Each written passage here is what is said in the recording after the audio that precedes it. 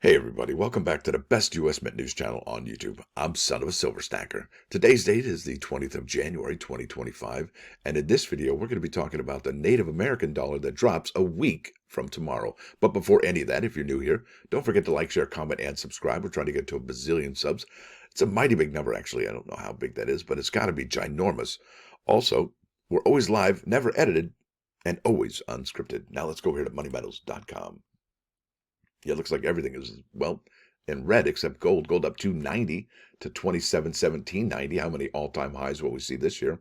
Silver down 13 cents to 30.43. Platinum down $1.40 to 955.25.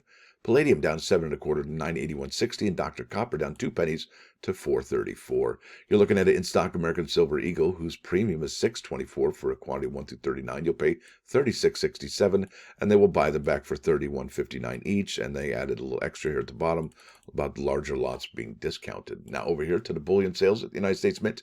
No new tail to tell here. In fact, they don't even have the table ready for 2025 yet. So let's keep on keeping on. Now here we are at the, I got to see something here. This is the American Innovation Bags. So here's what we're talking about today. The Native American $1 coin from 2025 featuring rolls, bags, and boxes. And this is one of the only, products from the United States Mint that features boxes. You know, all the other ones, the American Innovation dollars right here that you're looking at, they don't have boxes. Yeah, these quarters, nope, they don't have boxes either. So isn't that interesting that this is the only one to do that? Now let's go over here to the Native American $1 coin, rolls, bags, and boxes. This is the Denver, right? Oh, so let's go here actually first. So this is the 25 coin roll. It was $34.50. The Mint did raise prices on January 2nd. This one here has 14,700 is the product limit from the Mint of Philadelphia. Let's check out the Denver Mint real quick here. I think it's probably going to be about the same. Yeah, 14.7. The only one that's different, I believe, is that 250 coin box. You got 1,796 from Philadelphia, and I think just over 1,700 from Denver. Yeah, 1,701. And that's been pretty typical, actually, because if we go over to the American Innovation coins, if you look at the 25 coin roll from the Philadelphia Mint, you're looking at 8,400, and then the Denver Mint, look at that, 7,350. So I don't know what's going on with the capacity over there at the Denver Mint, but they are striking less manganese coins than the Philadelphia facility. Here's the Philadelphia bag at 31.50 and the Denver at 29.50. So it's been pretty consistent throughout that the Denver facility is minting less manganese coins than the Philadelphia facility, although it's only showing up here on the boxes. All right. It says here for the 2025, the obverse head design continues to feature portrait of the sensual figure of Sacagawea carrying her infant son, John Baptiste. Inscriptions are liberty and God we trust. The coins continue to retain their distinctive edge lettering and golden color. And let's go over here to the Google machine. And this says John Baptiste, son of Sacagawea, was the son of Sacagawea and Toussaint Charbonneau. He was an American explorer, guide, and fur trapper. Early life, born February 11, 1805 at Fort Mandan, present-day North Dakota, named after his paternal grandfather, nicknamed Pomp by William Clark, accompanied his parents on the Lewis and Clark expedition. The little guy's an explorer, right? That's pretty amazing. Look at that guy sleeping right there. He's a big old explorer. Traveled to Europe and North Africa with Duke Frederick Württemberg, learned to read and write several languages, lived with Clark in St. Louis from 1809 to 1820, fur trapper in the Rocky Mountains, led the Mormon Battalion to California in 1847, mined gold in Northern California, operated a hotel in Northern California, and served as a military scout during the Mexican-American War. Yeah, and you know what? What's really interesting here is that there should be movies made about the Mormons in the Civil War era. They actually were probably the most disciplined Union, the most disciplined regiment in all of the Civil War. That's amazing. So let's keep on keeping on. Let's go back to what we're looking at here. That's Ray Montague. I can just show you that. So here we are. This is the coin that we're going to be featuring here. I think I got it right there. Bam! There it is. What do you think, folks? Mary Kawena Pukui, and it says Nana Ike Kumu. I don't know what that means. I think it's from the source or something like that, United States of America. And that is the U.S. Mint $100 coin bag. That's pretty amazing there. Let's keep on reading up here. The reverse tail design features Mary Kawena Pukui wearing hibiscus flower, a kukui nut lei, and a mu'umu'u adorned with an aloha print. Stylized depictions of water appear in the background. Inscriptions include United States of America, $1, and Nanai ke Kumu, which translates literally to look to the source. The minting mint mark and inscriptions are e pluribus unum, infused on the edge of the coins. Please note here, it says here, they're rolled by an automatic machine process and not by hand. We cannot guarantee that the obverse heads or reverse tail of a coin will be at either end of a coin roll. And what they should also note that, these automated machines that put these coins in a roll, wouldn't you think they manhandle them a lot more than maybe the bags? Because if it's in a bag, they just, well, there they are. They just throw them in a bag, right? And they don't do anything else. And there's the bag. And then the bag gets in a box, and they probably don't move around a whole lot. But I imagine in a machine that rolls them, well, you'd probably get some really intense action.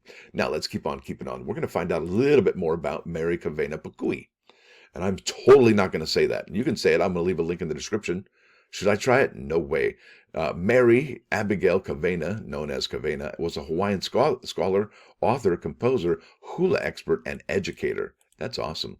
She was born April 20, 1895, in her grandmother's home in Hawaiian Islands to Henry Nathaniel Wiggin, originally from Salem, Massachusetts, of a distinguished shipping family descended from Massachusetts Bay Colony. I wonder, Governor Simon Bradstreet and his wife, the poet Anne Bradstreet, and Mary Kanakaole. Wow, we know that name, descended along the line of Kahuna. Wow, priests going back centuries. I wonder if they're related to the Griswold family. If you know anything about the Griswold family, they're a tremendous shipping family out of Massachusetts, maybe even Connecticut. I'm not sure, but that's a big deal. All right, let's keep on keeping on. Big Kahuna, going back to centuries. Pukui's maternal grandmother was a kahuna, all right, and a hula dancer. Obviously, I'm missing these because I'm not going to try that one. I won't do it any justice. In Queen Emma's court, she had delivered a child, asked Pukui's parents for the child to raise in the traditional way, and her request was granted. That's amazing, traditional ways. Kawena was born into the fire clan of Ka'u. Kawena and her grandmother were inseparable, and the child was taught many things she needed to know. Well, that's awesome. That's important. Every parent should do that. Upon the death of her grandmother, Kawena returned to live with her parents. Her mother continued her education in Things Hawaiian, and her father, who spoke Hawaiian fluently, spoke to her in English and taught her of his New England heritage. That's amazing. So that's what's going on there. She's educated in the Hawaiian Missionary Academy, taught Hawaiiana at Punahou School. She was fluent in Hawaiian language from the age of 15, collected and translated folktales, proverbs, and sayings. And so it looks like she's protecting and keeping the culture alive. She worked at the Bernice P. Bishop Museum from 1938 to 61 as an ethnological assistant and translator. She also taught Hawaiian to several scholars and served as an informant for numerous anthropologists. That's amazing. So keeping it alive. She was named a living treasure of Hawaii by the Honolulu Mission of Hawaii, 1977. In 1995, she was inducted into the Hawaiian Music Hall of Fame. Wow. Music Hall of Fame. And that's Hawaii Magazine ranked her among the list of most influential women in Hawaiian history. That's amazing. So there it is. And she is now on, that's Ray Montague. She's now forever on a coin. And just think 1,000 years from now, 2,000 years from now, somebody could find that and then find out all about who this person is. Isn't that amazing? And that's why we love coins so much. This little canvas can stay around forever and a day and convey all the knowledge of the day. That's amazing. That's just remarkable. I don't know. Did I try and rhyme there? I don't know. All right, this is +1 action, Proverb 8, 15, and 16. I think it's probably appropriate. It says here, through me, kings will reign, and nobles will decree righteousness. Through me, officials will rule, and nobles, all who judge righteously. And I think what that means, if I'm going to wrap my head around it, it says here, inspiring themselves with the Bible's wisdom, kings become righteous sovereigns, leaders manifest leadership, princes gain authority, and judges remain dedicated to truth and justice. All from doing what? Inspiring themselves from the Bible's wisdom. There it is, folks. It's easy peasy. Oh boy, I just did something funny to my own. Yeah, don't want to do that. Now let's bounce over here to 39's 99.9 KOIN Coin News Radio. This is Tainted Love. Where Did Our Love Go? From Soft Cell. Yeah. Oh boy, great song. You remember that on the Coneheads movie? Sometimes I feel That one. Yeah, that's the one. Anyway, I want to thank you all for coming. Thanks for dropping by. Don't forget to hit that like button. And if you do like what you hear and see, sub the channel. It's free. Now, if you want to help the channel, support with some cash money, go over here to the membership action. It's $1.99 a month. It's the price of a cheap cup of coffee once a month. I almost said kofifi, whatever that means. Stacker out.